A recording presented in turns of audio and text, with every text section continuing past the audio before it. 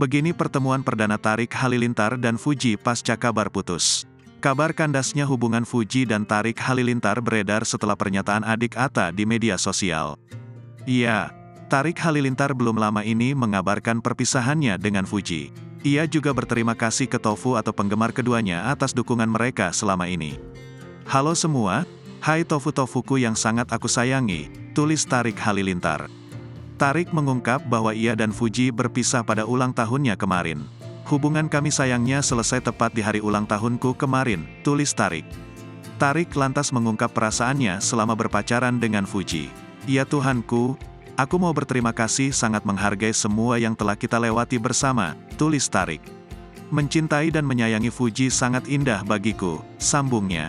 Aku harap semuanya bisa menerima keputusan kami. Aku sama Fuji masih berhubungan dan berteman baik, lanjutnya. Dilansir dari akun Instagram @rumpi_gosip pada Minggu, tanggal 19 Februari tahun 2023, beredar momen pertemuan Fuji dan Tarik setelah keduanya putus. Pada video itu tampak Fuji dan Tarik yang duduk bersampingan. Keduanya masih terlihat mengobrol sesekali. Netizen pun menilai bahwa wajah keduanya terlihat bersedih.